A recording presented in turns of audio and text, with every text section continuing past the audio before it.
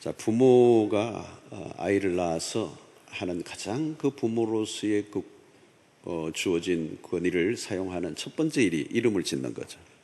아이의 이름을 짓는 거. 근데 이게 생각보다 어려워요. 그래서 저도 이제 아이를 낳기 전에 이름을 잘 하나 멋지게 지어놨습니다. 근데 수용로에 있을 때 오래전 얘기입니다. 근데 어떤 성도가 아이를 낳고 이름을 저에게 지어달라고 막 자꾸 따라다니면서 그래서 제가 지은 이름을 그분에게 줘버렸습니다. 이름은 부모가 짓는 거죠. 부모가 가진 최고의 특권입니다. 특권이고 또 부모의 권위를 행사하는 것 중에 하나가 그 이름을 짓는 것인데 그 이름은 참 중요한 것이죠. 자, 여러분, 이름은 존재죠. 존재. 그리고 본질입니다. 자, 하나님의 이름은 무엇일까? 하나님의 이름은 이름을 가지실 필요가 없는 분이죠. 또 하나님의 이름을 누가 지을 수가 있겠습니까? 하나님의 이름은 사람이 지어서 부를 자격이 없어요. 자, 하나님의 이름은 당신이 당신의 이름을 드러내셔야 우리가 알 수 있는 것입니다. 자, 오늘 성경을 보면 하나님은 다양한 이름을 갖고 계시는데 가지실 필요가 없으신 하나님의 이름을 가지신 이유는 우리를 위해서. 자, 가장 대표적인 하나님의 당신의 이름을 존재를 드러내셨던 성경이 출애굽기 3장입니다. 하나님께서 모세를 애굽에 학대받고 있는 히브리 민족을 출애굽하게 하기 위해서 모세를 부르시죠. 타오르는 가시떨기 가운데서 나타나신 하나님이 모세를 부르실 때 모세는 매우 주저합니다. 왜? 양치기로 도망자의 신세를 지니며 40년 동안 미디안 광야에 숨어 있었던 그가 바로 그 시대의 최고의 제국이었던 애굽 앞에, 왕 앞에 가서 당신의 그 노예 생활을 하고 있는 히브리 민족을 이끌어낸다는 것은 불가능한 일입니다. 자, 하나님과 설전이 많이 벌어지죠. 이 출애굽기 3장에. 그리고 모세가 마지막 할 수 없어서 하나님께 질문을 던집니다. 내가 누구이기에 바로에게 가며 이스라엘 자손을 애굽에서 인도하여 내리까? 내가 누구이길래? 내 존재가 누구이길래 내가 그런 일을 할 수가 있겠습니까? 그러면서 하는 말이 자신의 정체성을 확보하기 위해서 하나님께 그 질문을 던졌을 때 하나님이 14절에 이런 대답을 하세요. 하나님이 모세에게 이르시되 나는 스스로 있는 자니라. 또 이르시되 너는 이스라엘 자손에게 이같이 이르기를 스스로 있는 자가 나를 너희에게 보내셨다 하라. 자, 하나님이 당신의 이름을 얘기하는데 나는 스스로 있는 자다. 자존자라는 말이죠. 자존자. 난 누구에 의해서 존재하는 것이 아니고 나는 나 스스로 본래부터 존재했고 지금도 하고 할 것인 그분. I am who I am. 모든 존재가 가능하게 했던 근원자이시다. 그런 의미가 들어있죠. 그리고 그분은 뭔가 결여된 분이 아니고 완전하신 분이다. 그런 절대 주권자이시고 하나님 위에 다른 분이 없으신 비교될 수 없는 분이심을 얘기하는 것이 나는 스스로 있는 자다. 자, 마침내 모세는 하나님의 명령에 순종하고 애굽의 바로 왕으로 앞으로 갑니다. 자칫하면 죽을 수도 있는 매우 위험한 일을 그가 감행할 수 있었던 것은 지금 하나님과의 만남 속에 하나님이 누구이신지를 드러내셨기 때문에 그렇습니다. 모세가 하나님의 이름을 알게 된 것은 매우 중요한 의미가 있는 거죠. 하나님의 존재에 대한 이해와 그분에 대한 믿음을 가지게 된 것입니다. 그래서 그는 하나님의 그 이름을 의지하여 바로 왕 앞에 나갑니다. 여러분, 이름은 그냥 이름이 아니에요. 이름은 존재요, 그분의 인격이요, 능력이요, 명예요, 권위며 그리고 목적이기도 합니다. 그 안에 모든 게 다 들어있는 거죠. 그래서 바로왕 앞에 나가 맞대결 할 수 있는 그 용기는 모든 근원의 근원이신 절대 주권자이신 엘샤다이 능력의 그 하나님을 믿고 그가 나아간 것입니다. 자, 오늘 3장 3계명에서 너는 내 하나님 여호와의 이름을 망령되게 부르지 마라. 여기 망령되게라는 이 말은 실제와 다르게라는 뜻이 있습니다. 하나님의 이름이 하나님의 이름답게 사용되어져야 한다는 것입니다. 하나님의 이름을 함부로 잘못되게 다루어서는 안 되고 이용해서도 안 된다. 미스유즈해서 안 된다는 거예요. 그런 관점에서 오늘 여러분 이 3계명 역시 1계명과 2계명과 동일한 강도로 매우 중요하게 다루어야 할 주제 중에 하나입니다. 자, 오늘 이 3계명에서 우리에게 말씀해 준 1계명과 2계명과 3계명 역시 하나님 그분에 관련된 것. 여기에 있어서는 우리가 매우 신중해야 한다는 거예요.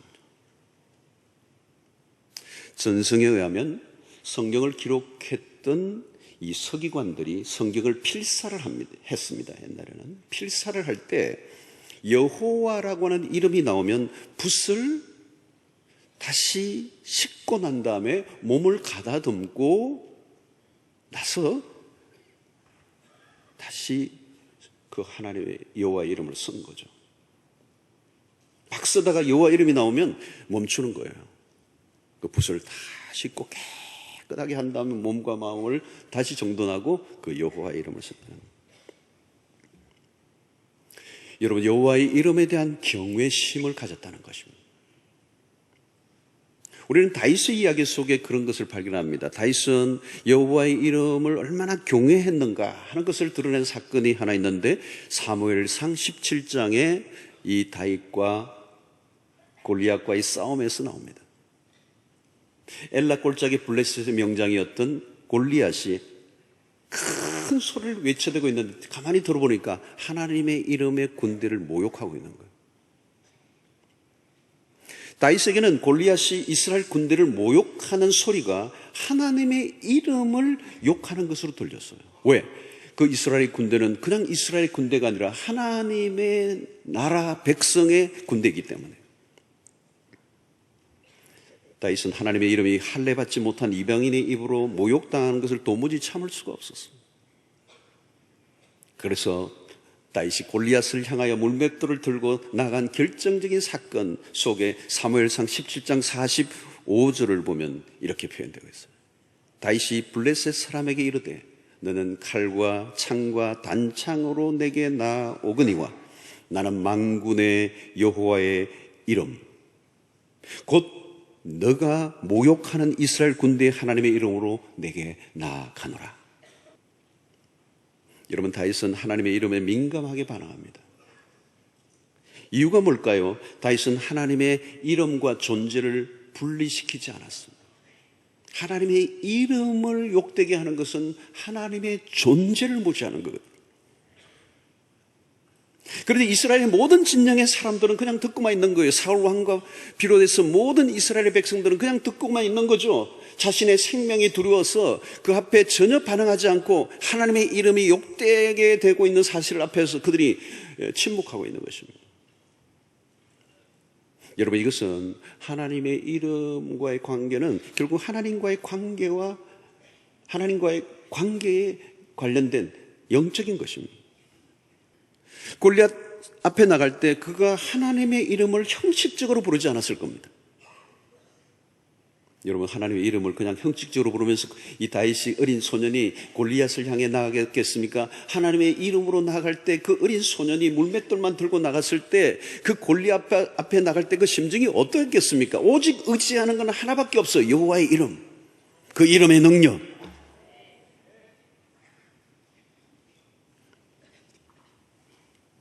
여러분, 우리가 직접 하나님의 이름을 망령되게 하는 것도 문제지만 다른 사람이 하나님의 이름을 함부로 사용하는데도 가만히 있는 것 역시 3계명을 어기는 것입니다.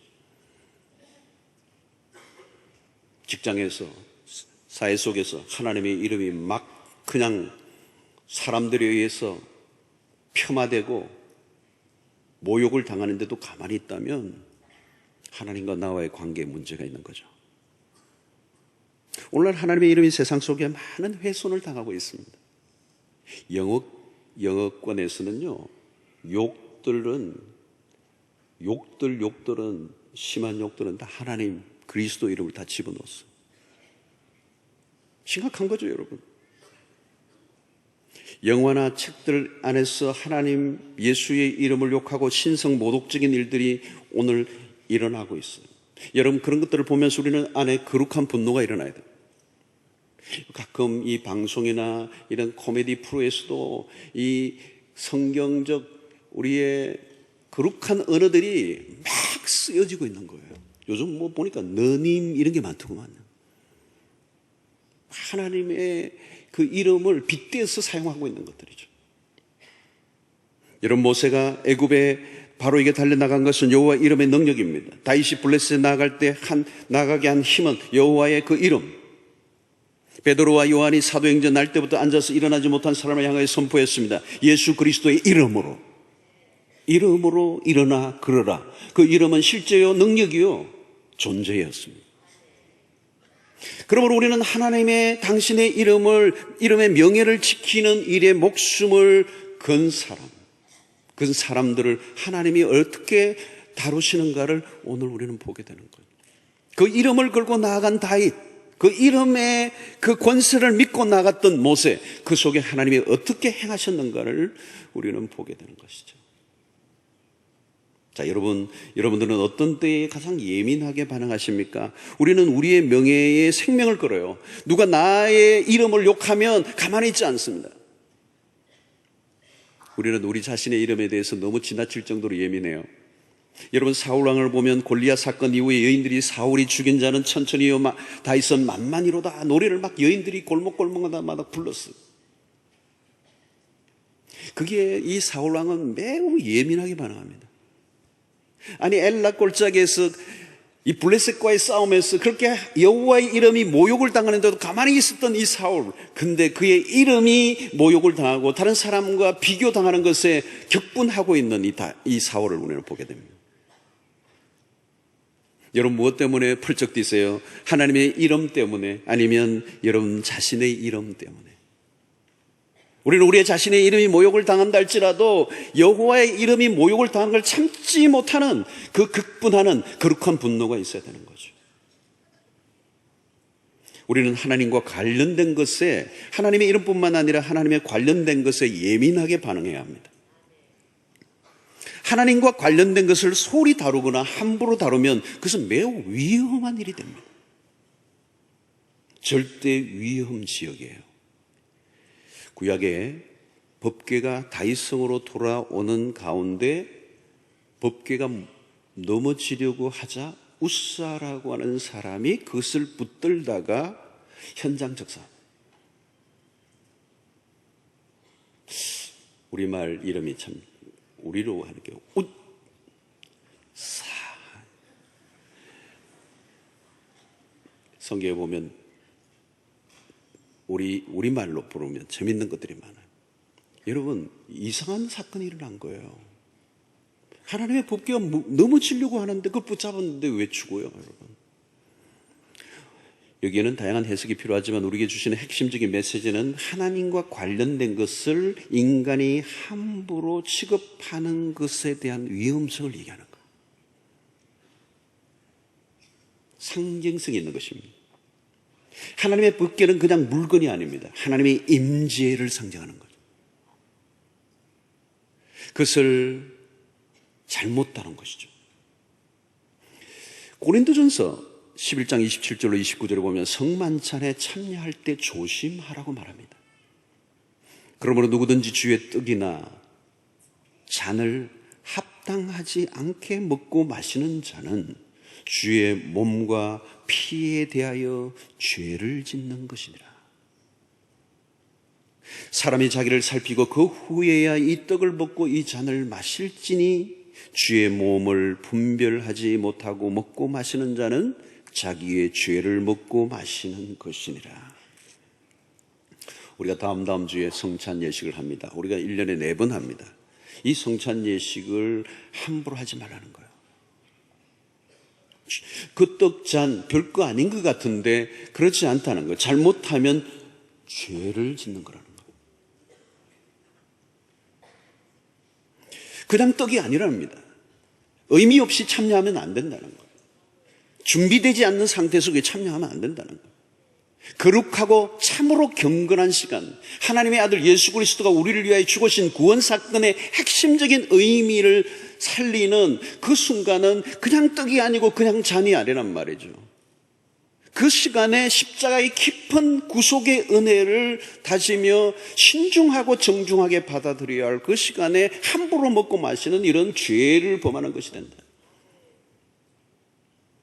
사무엘서에서 엘리의 제사장의 아들들이 날마다 성전에서 살아가는 모습을 보여줍니다. 자, 시간이 흐르면서 하나님의 성전이 이 제사장의 아들들의 놀이터가 되고 말아요. 거룩한 성물에 막 손을 대기 시작하는 거죠. 자기 마음대로 다루기 시작하는 거죠. 자기 물건같이 다루는 거죠. 하나님의 성소에서, 하나님의 성전에서 하나님의 거룩한 관련된 일을 그 속에 살다 보니까 그게 놀이터처럼, 장난감처럼 다루기 시작한 거죠. 결국 어떻게 돼요? 하나님을 무시하는 거죠. 너무 익숙하다 보니까 하나님의 거룩한 것들에 대한 경외심을 잃어버리는 것입니다. 여러분, 처음 예수 믿고 은혜를 받았을 때는 예배에 대한 하나님에 대한 진지함이 있었습니다. 그런데 세월이 흐르면서 익숙해지면서 예배다운 예배를 드리지 않는 거예요. 처음에 구원을 받고 하나님 앞에 나왔을 때 그 하나님의 그 의미로우신 앞에 그 경외심을 가지고 있었단 말이죠. 죄인된 내가 하나님 앞에 선다는 게 얼마나 두려운 일인지, 그래서 날마다 회개하고 예수의 그 속죄의 은혜를 간절히 갈망하며 예배에 나올 때마다 간절함으로 주님의 자비와 긍휼을 구했단 말이에요. 심지어는 옷까지 다 끝이 다려서 목욕까지 하고 깨끗하게 옛날에 또 그랬어요. 그 하나님의 그 정결하심과 순결하심과 거룩하심과 그의 의미로우신 존재 앞에 내가 선다는 거죠. 근데 세월이 흐르면서 신앙의 고백은 형식화되고 기도와 찬양 안에서 하나님의 이름은 언급되지만 그 안에 진정성을 놓쳐버릴 수 있는 위험성이 있는 것이죠. 우리가 회의하기 전에 간단히 기도하고 시작합시다. 간단한 기도는 없어요. 여러분, 하나님과 관련된 것은 어떤 것 하나도 소홀히 경박스럽게 다루어서는 안 된다는 거죠. 여러분, 하나님을 존중히 여기는 만큼 하나님과 관련된 것들을 존중히 여기는 것은 당연한 거죠. 저는 주님의 지상의 교회도 때로는 연약하고 부끄럽고 어려운 일을 당하더라도 우리가 교회를 함부로 폄하할 수 없는 이유는 그것이 하나님이 세우시고 그리스도의 몸된 교회이기 때문에 우리는 함부로 얘기하지 않는 거죠. 아무리 못난 엄마라도, 때로는 정말 부끄러운 일을 했던 엄마라 할지라도 그 아들은 그 엄마의 그 아픔을 막 떠들고 다니지는 않죠. 지켜주는 거죠. 여러분, 우리는 교회 직분에 대해서도 마찬가지예요.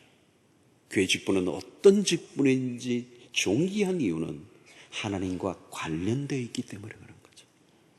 그래서 우리 모두의 직분은 그 어떤 직분이든지 상관없이 거룩한 성직이죠.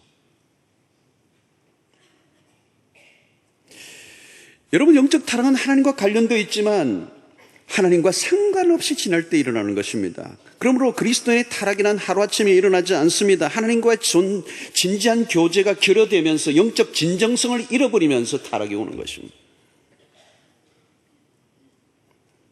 자, 여러분, 하나님의 이름을 어떻게 부르고 있습니까? 이름은 그냥 이름이 아니에요. 자, 주님은 마태복음 7장 21절에 산상수훈을 마무리 지으면서 이런 말씀을 하십니다. 나더러 주여 주여 하는 자마다 다 천국에 들어갈 것이 아니요 다만 하늘에 계신 내 아버지의 뜻대로 행하는 자라야 들어가려. 이게 매우 중요한 것은 뭐예요? 주여 주여 하는 자마다 다 들어가지 않는다는 거예요. 22절의 말씀 더 충격적이에요. 그날에 많은 사람이 나더러 이르되 주여 주여 우리가 주의 이름으로 선지자 노릇하며 주의 이름으로 귀신을 쫓아내며. 사역자들이요, 대단한 사역자들이에요. 주의 이름으로 선지자 노릇한다는 거예요. 주의 이름으로 귀신을 쫓아내는 거예요. 주의 이름으로 많은 권능을 행하지 아니하였나이까 하리니. 여러분, 이 정도면 대단한 사람들이에요. 그런데 여러분, 주님은 그들을 향해 뭐라고 말씀합니까? 내가 너희를 도무지 알지 못하니 불법을 행하는 자들아 내게서 떠나가라. 주님의 이름을 수없이 부르며 사역을 하고 별일을 다 했는데도 주님은 정작 나는 너를 모른다. 얼마나 심각한 얘기입니까, 여러분?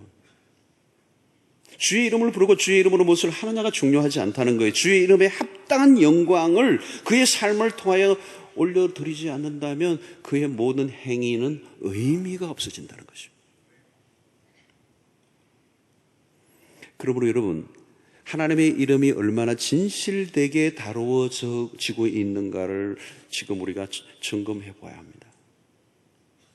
신앙은 입술만의 문제가 아니고 진정성의 문제입니다. 입으로 죄를 짓지 않는 것은 물론이고 마음으로도 죄를 짓지 않아야 합니다. 마음으로 하나님을 경홀히 여기고 있다면 자신도 모르게 경솔한 말과 행동을 하게 돼 있습니다. 자신도 모르게 하나님의 이름을 가볍게 다루는 행동을 한 것은 그 마음속에 하나님에 대한 경외심이 없었기 때문인 것이죠.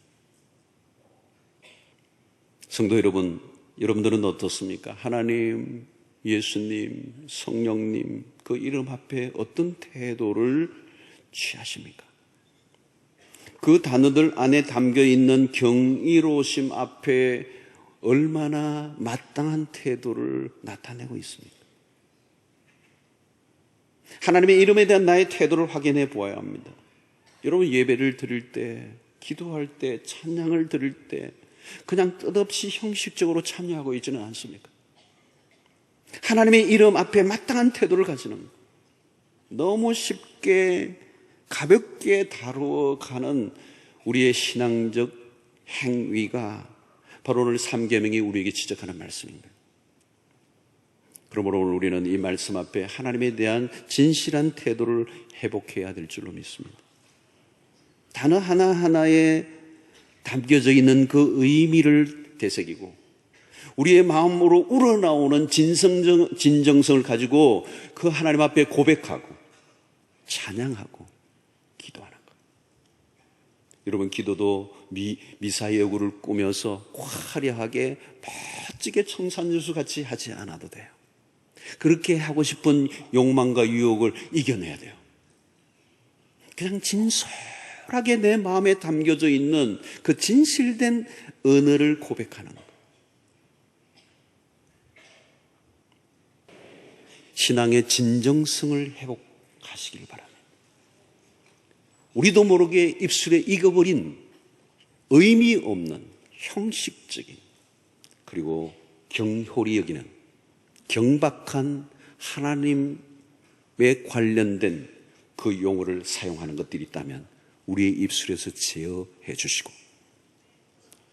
진실과 진정성을 담아 하나님 앞에서 그분을 내 이름에 합당한 영광을 올려드리는 믿음의 삶을 살아가셔서 나를 존중히 여기는 자는 내가 존중히 여기겠다고 하시는 이 말씀이 여러분들의 삶에 이루어지는 은혜가 있게 되기를 주의 이름으로 축원합니다.